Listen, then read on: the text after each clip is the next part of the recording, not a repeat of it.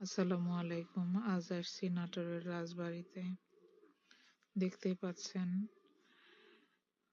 এখান থেকে আমরা টিকিট নিয়ে নেই এবং রাজবাড়ির ভিতরে ঢুকি। ঢোকার জন্য অগ্রসর হই। আমার ডান পাশে ছিল আবাসিক এলাকা। এখানকার কর্মকর্তারা, ঊর্ধ্বতন কর্মকর্তারা তাদের ফ্যামিলি সহ এখানে থাকেন। এরই মাঝেই গাড়ি নিয়ে আহ, উম, বাইরে থেকে ফ্যামিলি সহ এক পরিবার আসেন নাটোর রাজবাড়ি ঘুরতে। ভেতরে ঢুকেই বাম সাইডে ছিল বাগান, ছোটখাটো একটা বাগান, এবং ডান সাইডে ছিল জলটুঙ্গি পুকুর। এ রাজবাড়ির অন্যতম প্রধান আকর্ষণ। আমি পুকুর পাড়ে গিয়ে একটু দেখি। আগের মতোই এখনো সেভাবে সান বাঁধানো ঘাট এবং বিশাল পুকুর। এখানে 5টা পুকুরের মাঝে 2টা বড় পুকুর ছিল, তার মধ্যে জলটুঙ্গি পুকুর একটা। পুকুরটা দেখা শেষে ফিরে আসি এবং উপরে দেখতে পাচ্ছেন বিভিন্ন প্রকারের পাখি এবং বকের আবাসস্থল, যার কারণে নিচের রাস্তাটা অনেক নোংরা এবং পুকুর পাড়টা অনেক নোংরা। আপনারা ইতিমধ্যে দেখতেই পেয়েছেন। আমি এই বকগুলা দেখা শেষে আবারও সামনের দিকে অগ্রসর হই। রাজবাড়ির বাম পাশে ছিল সম্ভবত এটা কালী মন্দির, আমার খেয়াল নেই। জলটুঙ্গি পুকুর পার করে বাম পাশেই এখন দেখতেই পাচ্ছেন আগেকার দিনের পাথর খচিত একটা পাথর এখনো অব্দি বসানো ছিল, এবং আগেকার ঘরবাড়ি ধ্বংসাবশেষ এভাবে পড়ে আছে। এবং আশেপাশের মন্দির কয়েকটা মেরামত করে এখনো এখানে আহ, পুজো করা হয় দেবদেবীদের। এখানে ছিল বড় আরেকটা পুকুর। এই পুকুরটার নাম আমার জানা নেই। পুকুরটার 2 সাইডে ছিল কারুকার্য খচিত, তখনকার সময়ের কারুকার্য খচিত মূর্তি এবং বিভিন্ন দেবদেবীর আকৃতির মূর্তি। পুকুর পাড় থেকে উঠে আসার পরে এর বাম পাশে ছিল আরেকটি মন্দির। সম্ভবত এটা শিব মন্দির বলে, আমার সঠিক জানা নেই, ভুল হলে ক্ষমা প্রার্থী। এখানে আরেকটা মন্দির ছিল, এটা সম্ভবত কি বলে আমার সঠিক জানা নেই, আপনারা দেখতেই পাচ্ছেন। এবং এর পাশে ছিল আরেকটি মন্দির। এখানে হিন্দুরা পূজা, সনাতন ধর্মের লোকেরা এখানে পূজা করেন, যার কারণে গাছটা কাপড় দিয়ে পেঁচিয়ে রাখা হয়েছে। এর পাশে ছিল তাদের মন্দির। মন্দিরের ডান পাশে ছিল রাজবাড়ির আরেকটি ভবন। এখানে তৎকালীন সময়ে বিভিন্ন ধরনের কার্যক্রম পরিচালনা করতেন রানী। এরপরে মন্দিরটা দেখা শেষ হলে মন্দির থেকে বের হয়ে আসি। সামনেই দেখতে পাচ্ছেন একটা ঘোড়ার গাড়ি দাঁড়িয়ে ছিল। এখানে 2-3টা ঘোড়ার গাড়ি এখনো দেখা যায়। সব জায়গায় না থাকলেও এই রাজবাড়িতে আসলে অন্তত ঘোড়ার গাড়ি 3টা দেখা যায়। দেখতে পাচ্ছেন আমরা ভবনটি পার হয়ে এসে, এটা হচ্ছে রাজবাড়ির মূল ভবন, যেখানে রানী থাকতেন সপরিবারে। এবং এর পাশেই ছিল জলটুঙ্গি পুকুরটা। দেখতেই পাচ্ছেন কত বড় এবং বিশাল। জলটুঙ্গি পুকুরের চারপাশ দিয়ে বিভিন্ন ধরনের ঔষধি গাছ এবং বড় বড় আম গাছ ছিল, এবং তার পাশে বসার স্থান করা ছিল। এটা ছিল আহ রাজবাড়ির বড় তরফের আবাসস্থল। দেখতেই পাচ্ছেন তখনকার আমলের কারুকার্য খচিত আহ বাড়ি। এখানে এখন মেরামতের কাজ চলছিল, যার কারণে প্রত্যেকটা গাছে লাল দাগ দিয়ে রাখা হয়েছিল এবং আরো বিভিন্ন ধরনের কাজ চলছিল। দেখতে পাচ্ছেন গাছের গোড়ায় বসার জন্য সুন্দর বেঞ্চ বানানো হয়েছে। এই হচ্ছে রাজবাড়ির মূল দরজা। রাজবাড়িটার চারপাশেই দরজা ছিল এবং চারপাশ দিয়েই চলাফেরা করা যেত। এটা ছিল রাজবাড়ির 3 নাম্বার দরজা। এরপরে আমরা পার হয়ে আসি, এর ডান পাশে ছিল আরেকটি পুকুর এবং তার পাশেই ছোটখাটো একটা ক্যাফে। তখন হয়তো এভাবে ছিল না। এটা এখন টুরিস্টদের জন্য করা হয়েছে। দেখতে পাচ্ছেন ক্যাফেটা, এখানে সব ধরনের খাবারই পাওয়া যায়। আপনারা চাইলে এখানে বিভিন্ন ধরনের অনুষ্ঠানও করতে পারেন। বড় তরফের ডান পাশেই ছিল রানীমহল। দেখতেই পাচ্ছেন এখনো রানীমহলের ধ্বংসাবশেষ অমনিভাবে রেখে দেওয়া হয়েছে। এখানে সব সময় বিভিন্ন জায়গা থেকে পর্যটক এবং বিভিন্ন দেশের মানুষ দেখার জন্য এই রাজবাড়ি দেখার জন্য আসেন। দেখতেই পাচ্ছেন রানীদের ঘরগুলো কেমন ছিল।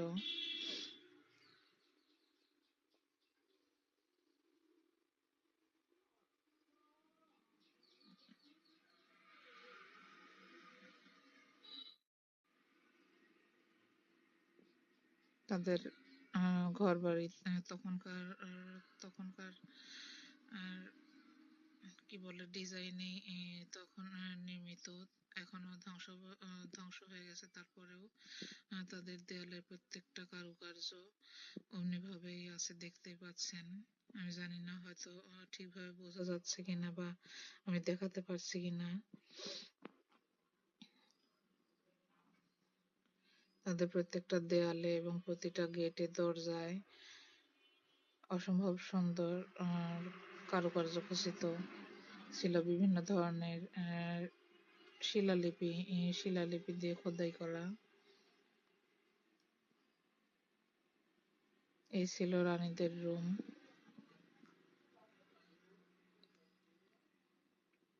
এটা ছিল তাদের ঘরের দেয়াল।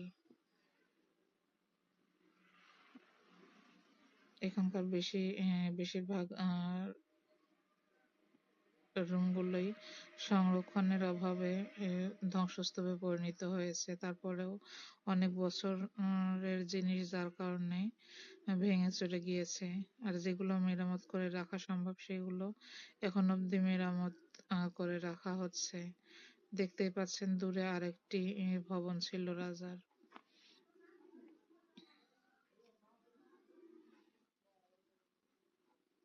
আমরা এদিকে যাই এবং চারপাশটা ঘোরাফেরা শেষে ফিরে আসি।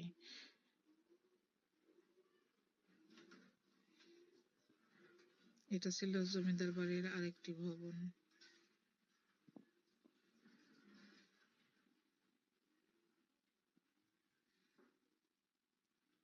জমিদারের মূল ভবনের সামনেই ছিল বিশাল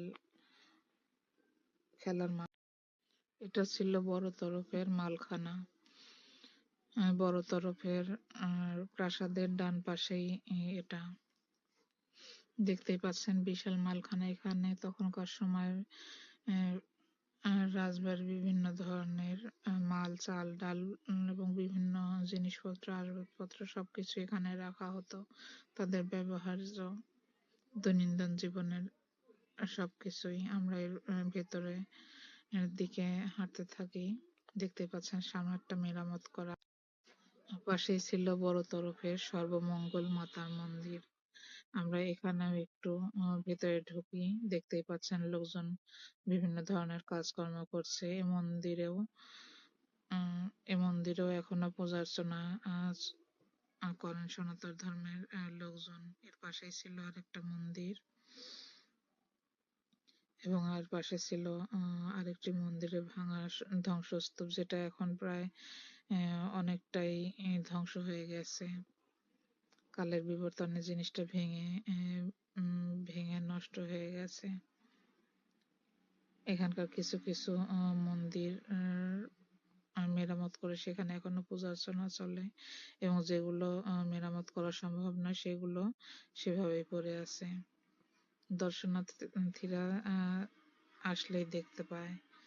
এর পাশেই ছিল আরেকটি মন্দির। এখানে সবসময় পূজা অর্চনা চলে, যার কারণে এটা এখনো এখানে মেরামত করা এবং বিভিন্ন সময় বিভিন্ন পূজা কীর্তন করার হয় জন্য এখানে এটা পরিষ্কার করে রাখা হয়েছে। এবং বিভিন্ন জায়গা থেকে দর্শনার্থীরা এসে এখানে, সনাতন ধর্মের লোকজন এখানে এসে পূজা অর্চনা দিয়ে যায়। দেখতেই পাচ্ছেন তখনকার আমলের বিশাল গেট এবং উপরের সিলিংটা এখনো তখনকার মতনই রাখা হয়েছে সবকিছু। এটা ছিল বারান্দা, এবং বারান্দার সিলিং দেখিয়ে দিলাম। এখানে মঙ্গল মাতার মন্দির। ভেতরটা যাই দেখতে পাচ্ছেন লোকজন তাদের কাজকর্ম করছে। আজকে সম্ভবত কোনো পূজা ছিল সনাতন ধর্মের লোকেদের, যার কারণে তিনারা একটু ব্যস্ত ছিল। এর পাশেই আছে আর একটা মন্দির, এবং তার পাশে ছিল আরেকটা মন্দির যেটা এখন ধ্বংসস্তূপে পরিণত হয়েছে। এর ভেতর দিয়ে আমরা বের হয়ে আসি আরেকটা মন্দিরের সামনে। পাশে ডান পাশে ছিল এখানকার যারা পূজা অর্চনা করে তাদের আবাসস্থল আবাসস্থল বা পূজারি কি বলে ওনাদের আমার সঠিক জানা নেই। এবং তার ডান পাশে ছিল আরেকটা বড় মন্দির। এখানে সবসময় পূজা অর্চনা এবং বিভিন্ন ধরনের কীর্তন গাওয়া হয়, যার কারণে এখানে একটু পরিষ্কার পরিচ্ছন্ন রাখা থাকে সব সময়। দেখতেই পাচ্ছেন আমি মন্দিরের ভেতরটা ঘুরে চারপাশটা ঘুরে এই পাশে আসলাম। দূরের ওইটা ছিল রান্নাঘর। এখানে বিভিন্ন রকমের খাবারের আয়োজন করা হয় তাদের ঠাকুর দেবতার জন্য। আর এটা ছিল তখনকার আমলের বিশাল কাঠের দরজা, যেটা এখনো অক্ষত অবস্থায় আছে। আর এই সাইডটা ছিল ছোটখাটো একটা বারান্দা, এবং এই পাশে সুপ্রশস্ত এবং বিশাল বারান্দা। উপরে সিলিংটা তখনকার আমলে নির্মিত কাঠ দিয়ে। এখন আমরা বের হয়ে আসলাম এই মন্দির থেকে। দেখতেই পাচ্ছেন আমি আবারও দেখিয়ে দিলাম মন্দিরের পাশের, এটা ছিল বড় তরফের মালখানা, এবং তার সামনে ছিল আরেকটি ভবন। রাজবাড়ির এই ভবনটা পার হলেই ছিল ছোটখাটো কিছু দোকান। দেখতেই পাচ্ছেন এখানে বিভিন্ন ধরনের চুড়িমালার দোকান। আমি যখন যাই তখন ছিল দুপুর টাইম, যার কারণে এখানকার ছোট ভাইয়েরা খাওয়া দাওয়া করছিল। তারপরও সে বলল যে আপু আপনি কি নেবেন দেখতে থাকেন। আমি তাই দেখছিলাম বিভিন্ন ধরনের কাঠের তৈরি হাতের ব্রেসলেট, মাটির তৈরি মগ, থালা বাটি এবং বিভিন্ন ধরনের অর্নামেন্টস, আয়না কালেকশন, আংটি এবং কাঁকড়া, পার্লের তৈরি বিভিন্ন ধরনের অর্নামেন্টসও ছিল। এখানে বিভিন্ন ডিজাইনের কাঁকড়া ছিল এবং আরো অনেক কিছুই ছিল, আপনারা আসলেই দেখতে পাবেন। এখানকার দামগুলো আমার মতে সাধ্যের মধ্যেই ছিল, এবং এখান থেকে দামাদামি করেও কেনাকাটা করা যাবে। দেখতেই পাচ্ছেন বিভিন্ন ধরনের ঘড়ি ছিল এখানে, বিভিন্ন ধরনের এবং বিভিন্ন দামের ছোট বড় সব রকমের ঘড়ি পাওয়া যায়। এখানে ছিল স্টিলের এবং পাথরের তৈরি বিভিন্ন ধরনের ক্লিপ এবং কাঁকড়া। এগুলো ছিল হাতের ব্রেসলেট। 40 টাকা, 50 টাকা জিনিস অনুযায়ী বিভিন্ন ধরনের জিনিস দাম ছিল। আপনারা দামাদামি করে নিতে পারবেন। এখানকার কাঁকড়াগুলো ছিল 50 টাকা, 30 টাকা সর্বনিম্ন। এরপরে আমি অন্য আরেকটা দোকানে আসি। এখানকার অর্নামেন্টস গুলো অনেক সুন্দর ছিল, তবে ওই যে বললাম দামটা দামাদামি করে নেওয়া যাবে। এই চাচার দোকানে হচ্ছে কাঠের জিনিসপত্র বেশি বেশি ছিল, কাঠের তৈরি বিভিন্ন ধরনের ছোট বড় আয়না এবং লাইট বক্স ছিল। সেই সাথে বাচ্চাদের খেলনাও ছিল, খেলনা এবং বিভিন্ন ধরনের অর্নামেন্টসও ছিল। এবং এখানে কাপড়ের তৈরি পার্টস ছিল, দেখতেই পাচ্ছেন। কাঠের তৈরি ঘড়ি এবং প্লাস্টিকের তৈরি ঘড়ি ছিল। এরপরে পাশে আর একটা দোকানে আসি, যেখানে ছিল বাচ্চাদের বিভিন্ন ধরনের ছোট বড় খেলনা এবং কাঠের তৈরি লাইট বক্স। আমি একটা দেখলাম, এগুলোর দাম ছিল 99 টাকা করে। আপনারা চাইলে নিতে পারেন, ছোট বড় বিভিন্ন ধরনেরই পাওয়া যায়। দেখতেই পাচ্ছেন এখানে আরো অনেক কিছু ছিল এই দোকানটাতে। বেশিরভাগ বাচ্চাদের জন্য খেলনাটা বেশি ছিল। এরপরে আমি অন্য আরেকটা দোকানে যাই এবং সেখানে এই আয়নাগুলো আমার কাছে খুব ভালো লাগে, কিন্তু দামটা আমার কাছে একটু বেশি মনে হয়, যার কারণে এখান থেকে আমি কিছু নিতে পারিনি। এর ব্রেসলেট গুলো ছিল কাঠের তৈরি। আমার কাছে দুইটা ভালো লাগে, কিন্তু ব্রেসলেট দুটা একটু সমস্যা ছিল, যার কারণে নিতে পারিনি। দামটাও রিজনেবল ছিল। দেখতেই পাচ্ছেন বাচ্চাদের বিভিন্ন ধরনের মাথার ব্যান্ড এবং ক্লিপ, কাঁকড়া, অনেক কিছুই ছিল এখানে। এখানে শুধুমাত্র এই দোকানগুলাই বেশি ছিল, যার কারণে আপনারা এখানে আসলে নিতে পারেন, কম দামে কেনাকাটা করতে পারেন। এখানকার স্থানীয় বাসিন্দারাই এখানে ছোটখাটো দোকান দিয়ে তাদের জীবিকা নির্বাহ করে।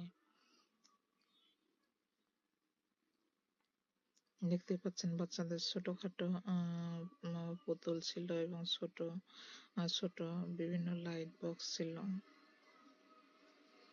এগুলোর দাম ছিল 99 টাকা করে।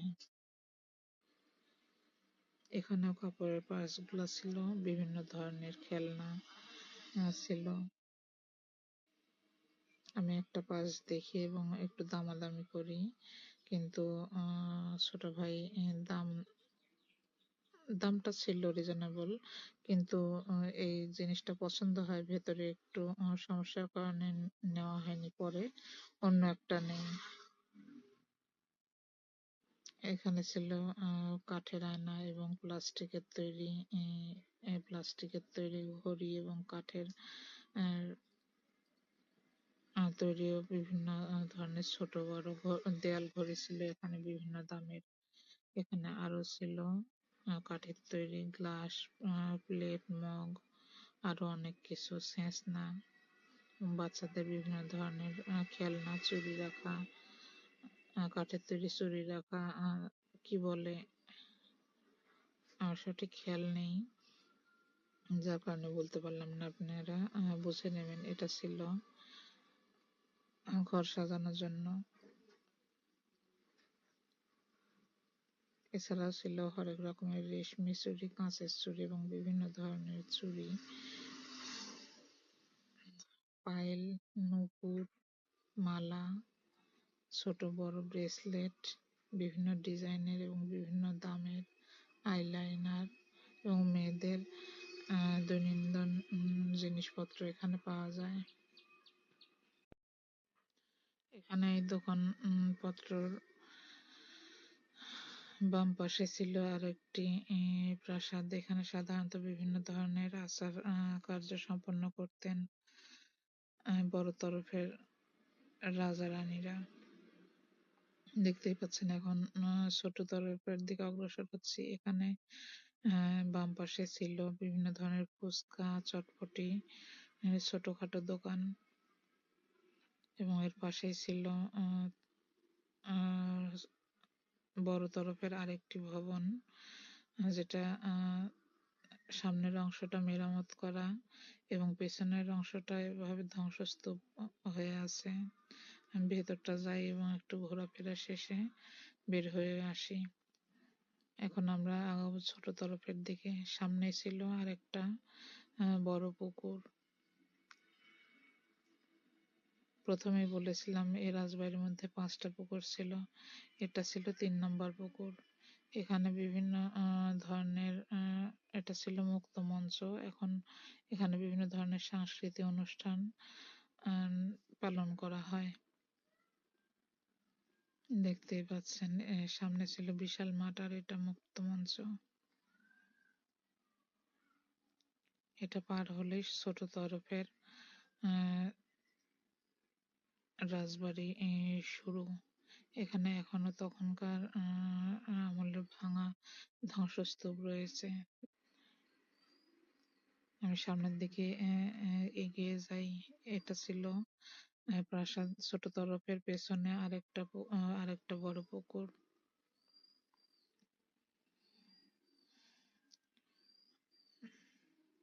এখানে হয়তো কোনো মিটিং কিংবা কোনো কাজের কোনো অনুষ্ঠানের সমালোচনা চলছিল। আমরা সেদিকে না গিয়ে ছোট তরফের পুরাতন প্রাসাদের রানীর কক্ষগুলো দেখতে থাকি। দেখতেই পাচ্ছেন বড় তরফের রানী ছোট তরফের রানী মহল দেখা শেষ হয়ে গেলে আমি এগিয়ে আসি ফাঁসির মঞ্চের দিকে। দেখতেই পাচ্ছেন এখানে এখনো সাইনবোর্ডটা আছে, আর এটা ছিল তখনকার সময় ফাঁসির মঞ্চ। এই পাশটা দিয়ে কয়েদিরা উঠে যেত এবং এখানে তাদের ফাঁসি দেওয়া হতো। এখন যেটা ডাস্টবিনের কাজে ব্যবহৃত হচ্ছে।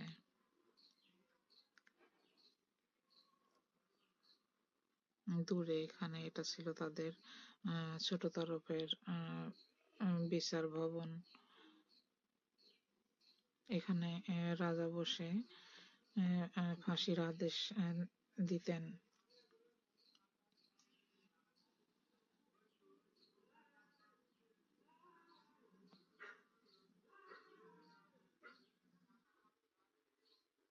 এটা ছিল ছোট তরফের রাজবাড়ির পেছনের অংশ। দেখতে পাচ্ছেন তখনকার সময়ের দরজা এবং কারুকার্য খচিত দেওয়াল, দরজা এবং জানালা।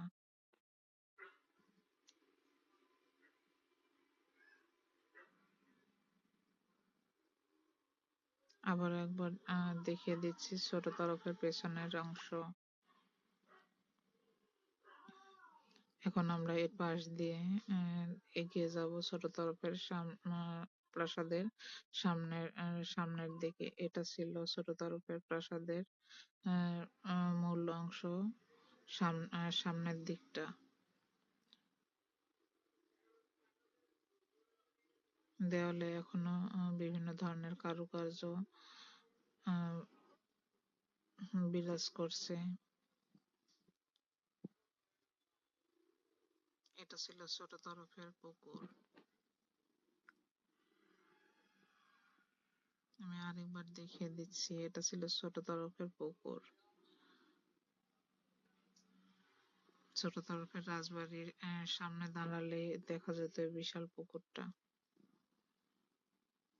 ছোট তরফের রাজবাড়ির বারান্দায় তখনকার সময় মার্বেল পাথরের পাথর দিয়ে বানানো ছিল। উপরে সিলিংটাও দেখতে পাচ্ছেন তখনকার সময়ের, এখনো কিছু পরিবর্তন করা হয়নি।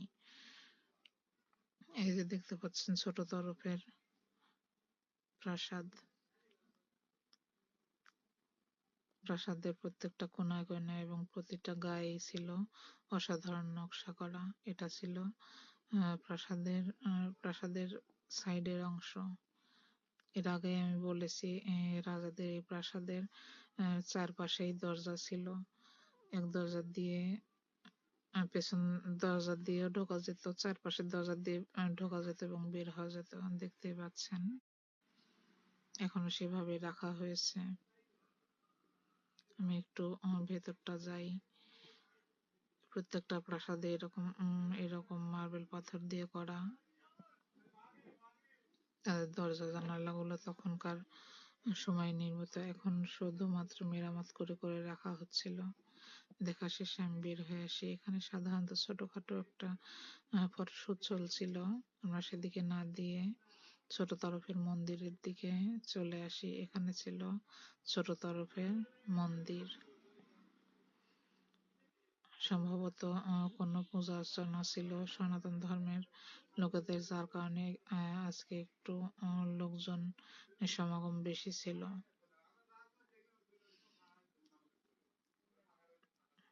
এরপরে ছিল সুবিস্তৃত মাঠ। এখানে ছিল বিভিন্ন ধরনের ঔষধি গাছ এবং ছোট বড় বিভিন্ন ধরনের আম গাছ, জাম গাছ, আরো বিভিন্ন নাম না জানা দেশি বিদেশি অনেক গাছ।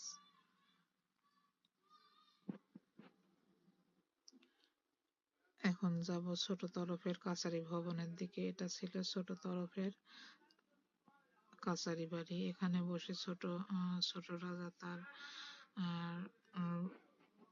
ছোট রাজা সবকিছুর পর্যালোচনা করতেন এবং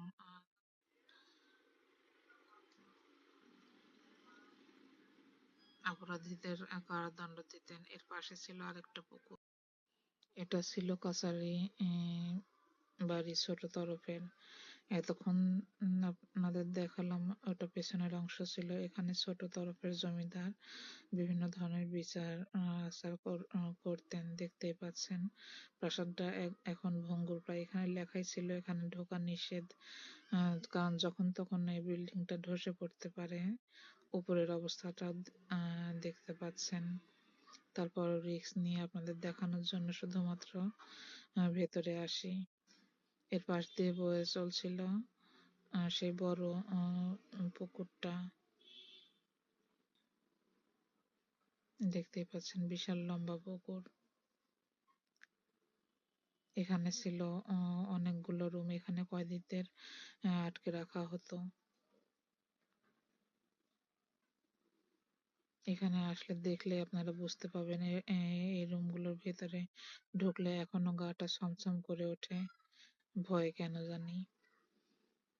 প্রত্যেকটা রুম দেখা শেষে পাশের রুমে আসি। এটা ছিল কারাগার। এখানে এখনো তখনকার সময়ের গ্রিল দেওয়া ছিল।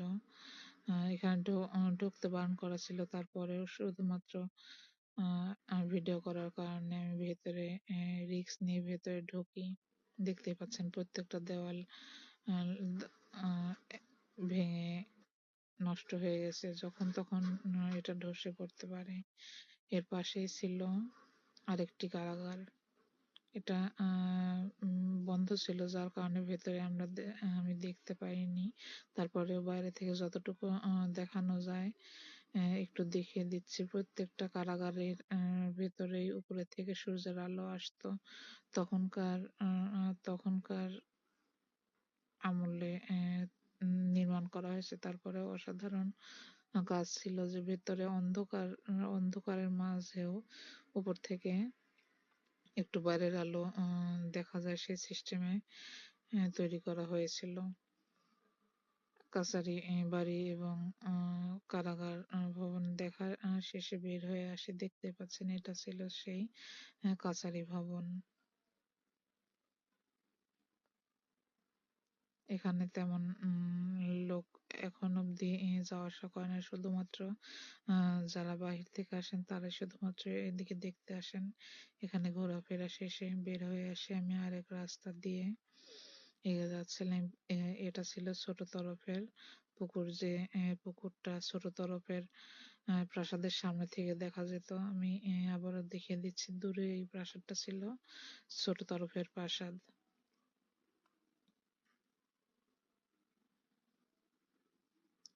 এবং এখান ছোট তরফের কাছারি ভবনের এপাশ থেকে বের হয়ে আসি। কাছারি ভবন পার হয়েছিল এখানে ছোটখাটো চটপটি হাউস। ছোট তরফের কাছারি বাড়ি পার হয়ে আসার পরে এ পাশেই ছিল বিভিন্ন ধরনের খাবারের দোকান। এখানে চটপটি হাউস, ফুচকা হাউস ছিল, চানাচুর, বাদাম, বুট বিক্রি করছিল এবং শুকনো আরো অনেক খাবারের দোকান ছিল। এটা ছিল ছোট তরফের আরেকটা পুকুর। এটা 5 নম্বর পুকুর। প্রথমে বলেছিলাম রাজবাড়িতে 5টা পুকুর ছিল, এটা ছিল 5 নম্বর। এর আগে 4টা পুকুর দেখিয়ে দিয়েছি। এরপরে ঘোরাফেরা শেষে বের হয়ে আসি ছোট তরফ থেকে। আর আমার বাম পাশে ছিল এটা রাজবাড়ির বড় তরফের আরেকটা প্রাসাদ। এটা এখন সাধারণত গার্ড হাউস হিসেবে পরিচিত। এখানে গার্ডেরা থাকেন। দূরে দেখতে পাচ্ছেন আমি একটা ছোটখাটো ভিডিও নিলাম। এগুলো ছাড়া কি প্রকৃতির সৌন্দর্য বাড়ে, যার কারণে এটার একটু ভিডিও করে নিলাম। এবার দূর থেকে প্রাসাদটা আমি আরেক ঝলক দেখিয়ে দিচ্ছি। এটা ছিল মন্দিরের সাইডে আরেকটা প্রাসাদ। ঘোরাফেরা শেষে বের হয়ে আসি বাড়ির উদ্দেশ্যে। এটা ছিল জলটুঙ্গি পুকুর এবং এই যে সেই গাছ যেখানে লক্ষ লক্ষ বকের আবাসস্থল। আপনারা আসলে দেখতে পাবেন, এখানকার পরিবেশটা অনেক সুন্দর এবং মনোরম। আপনারা পরিবার সহ ঘুরতে আসতে পারেন।